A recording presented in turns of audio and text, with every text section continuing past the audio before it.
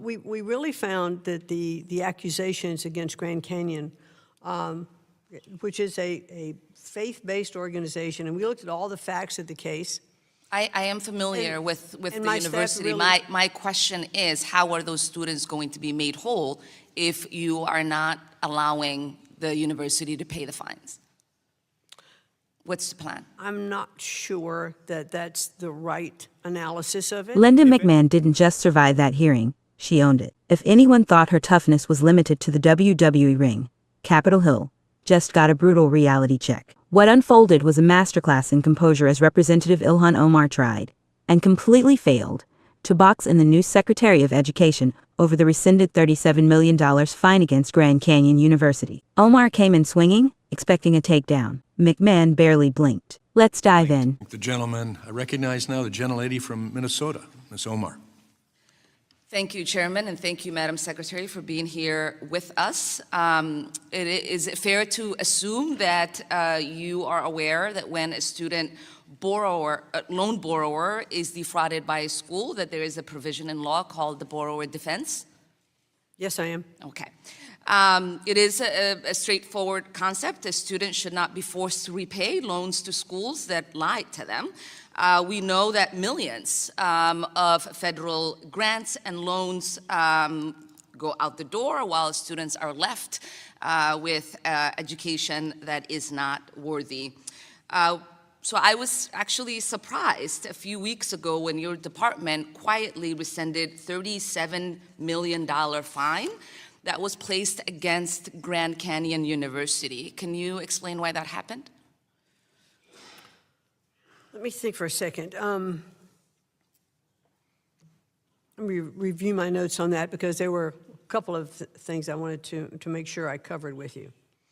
We really found that the accusations against Grand Canyon, which is a faith-based organization, and we looked at all the facts of the case.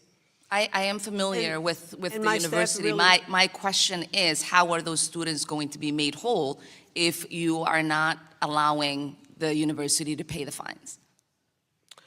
What's the plan? I'm not sure that that's the right analysis of it, but I will look into it further and get back to you. And you'll give me back a writing? Yes, I will. Writing? Okay.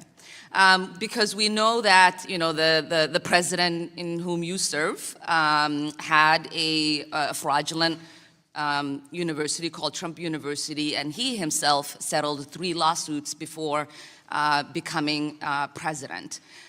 We know that there are roughly 1.4 million borrowers who have been approved for a borrower defense discharge and are still waiting for that process. How are you clearing out that backlog? In terms of the borrowed defense funds? There are lists of that. I'll be happy to get back to you with those numbers. Okay. And while those students wait, can you give us a commitment that you are not going to collect that debt? Yeah, I'll have to get back to you on that as to what the situation is. And I don't understand how that's a difficult question to say yes to. They've been defrauded. They are waiting for relief.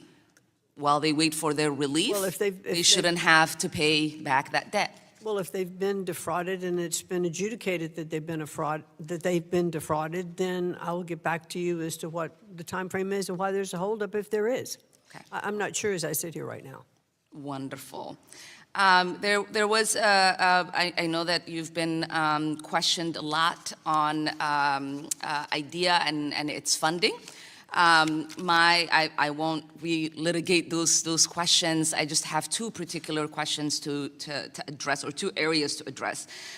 We know that the IDEA, that you have gotten rid of the legal team that guides the states in implementation. How are you going to rectify that? I don't know what you mean by we've gotten rid of the legal team. We have had some reduction in force of There was a members. firing of the entire legal team. Well, we have other lawyers in place at the Department of Education, and we are The fully... entire team that was for IDEA has been fired. So how are you addressing that? Because we have other lawyers who are in place that can handle those things. And as I mentioned before, we have not missed any of our statutory requirements. I do believe that that firing hurts the implementation. We also know that you have gutted the Office of Civil Rights when there is already investigation backlog. How are you going to fix the discrimination claim cases that are out there? Well, there are, excuse me, there are cases that we're looking into. And again, we have not missed any of our statutory requirements in terms of OCR. We also have a task force. There is a backlog. There are a lot of There is a backlog There are a lot of because we kids in our schools that are waiting for relief. When you get rid of the people that are supposed to carry out those investigations, how are you to assure that those kids will not continue to be harmed? We are talking about so many situations in where kids are being discriminated against, and you got rid of the people that investigate those investigations so those kids can protect themselves from from discrimination. Well, we still have a very strong and capable staff in OCR. Then you wouldn't have a backlog if that was the case. There is a current backlog, and I would excuse me. love for you to stop just saying words and to actually do the work that you are charged by statute, and I yield back. Omar opened with the same tired script, framing the GCU case as a massive consumer fraud scandal, recycling 2023 Bidenera talking points, like they were gospel truth. The problem: facts don't care about her narrative. The Department of Education's own Office of Hearings and Appeals ran an independent review and found zero evidence of wrongdoing. Zero. McMahon laid it out calm and cold. You don't slap a $37 million fine on a university just because activists hate its paperwork, especially when that paperwork is clearer than most garbage Congress spits out. Things really went sideways when Omar tried, claiming the reversal was political favoritism. McMahon's response was short, devastating, and impossible to argue with. The law is being followed. She flipped the script hard, pointing out the real political favoritism, hammering Christian universities with record fines while public schools rack up serious safety and accountability failures and get a free pass. Watching Omar come face to face with the fact that religious freedom is actually protected under U.S. law was the highlight of the entire exchange. Then McMahon dropped the hammer that should have ended it.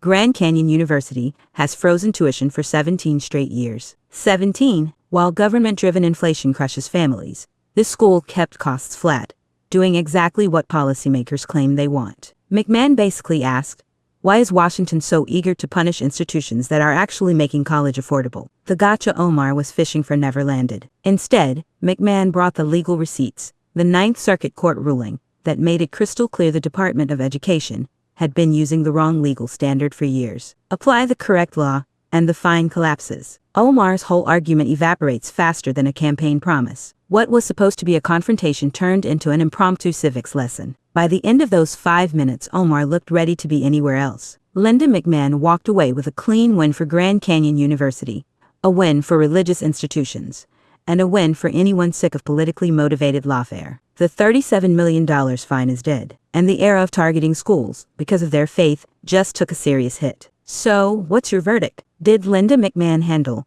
that like a total pro? Drop your thoughts in the comments. Smash that like button if you're with McMahon on this one, and subscribe for more no BS breakdowns. Stay sharp out there.